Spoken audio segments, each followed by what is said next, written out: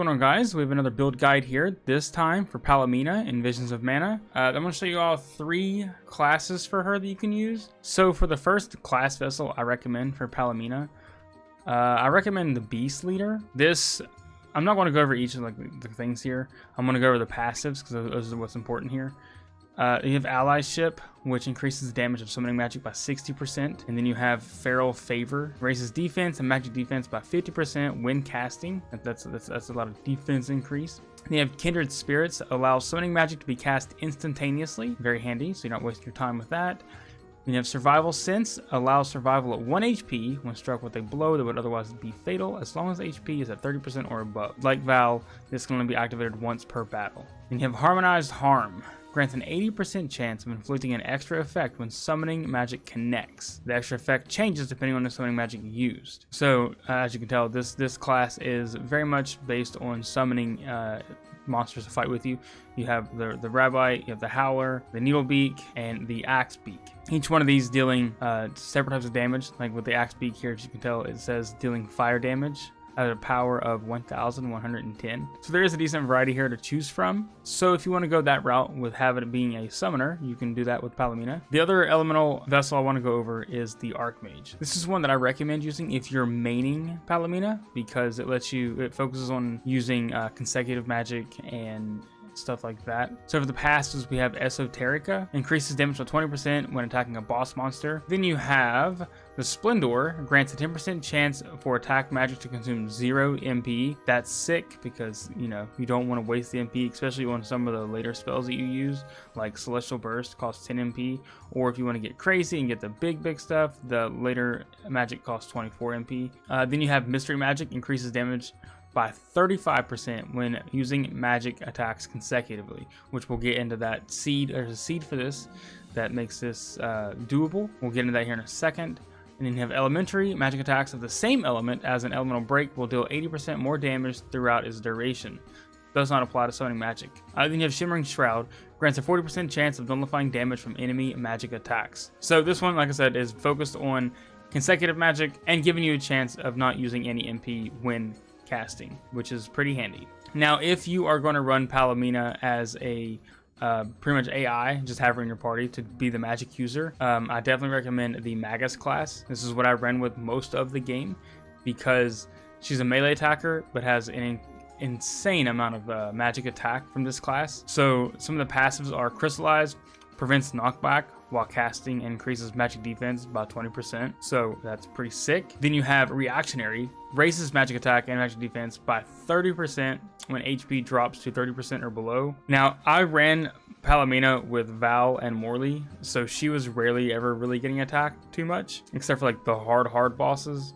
So this really never activated too much for me personally. Then you have Spirit Stealer, increases the damage of magic attacks for every party member that has fallen on a battlefield. Again, this didn't activate too much for me because she was just never really the last one alive. Gaia's Wrath, recovers 40% of MP when HP is at 10% or below. So you get that last little stand here. You get bonus MP when you are about to die. Rumbling Rock, magic attacks deal increased damage the less HP is remaining at the time of use. So the lower HP you have, the more damage your magic attacks will do. Pretty sick. Again, even though this class is based on being low HP, why I recommend using it as her being an AI party member, her magic attack base is insane here. Like for me, she's at 545, and if I go any of the other ones, it just drops pretty drastically. So this is a pretty good thing to have here, even with the chances of you not being the last one alive or low HP. It does happen, but it's not often. So just keep that in mind. Those are the 3 that I recommend using the most. But then as far as the moves go, we have things, as normal, you want to have the 3rd level of each element. So you have the Cold Blaze, Dark Rain, Celestial Burst, Thunderstorm, New Moon, Blaze Wall, Earthquake, and then for the summon here, you can go a couple routes here. So since I'm running this vessel, she is a blunt user, so that's strike damage. For my summoning, I want to have something that's going to do slash damage to cover that damage type as well. So this gives her like an all-around, just can cover pretty much anything and everything. So, but if you're running one of the other classes and you want to have a strike damage enemy, or a strike damage summon, you can use the summon Rabite to where you can have a strike enemy or strike damage instead of the slash. So keep that in mind. And of course, the shortcuts, just swap those out as needed. Now for her ability seeds, this goes without saying, I'm pretty sure it's self-explanatory. You're going to want to increase her magic attack as much as possible, as well as this. You want this seed here, consecutive casting all. This will allow magic of any element to be cast in quick succession by continuing to select magic spells from the ring menu.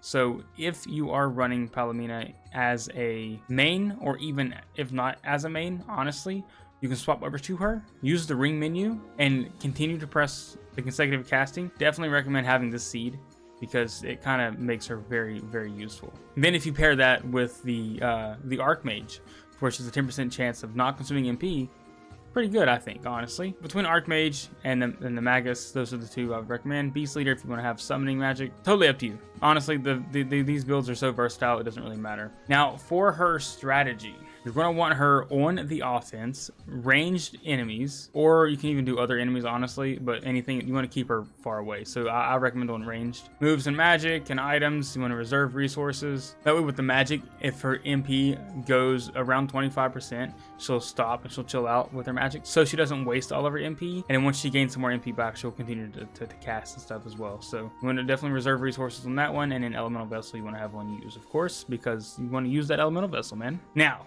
something that I did not talk about last video because I completely forgot, and I'm a dingus here. If you go to the elemental plot, and like if you see here I have the Archmage maxed out because I've been messing with it.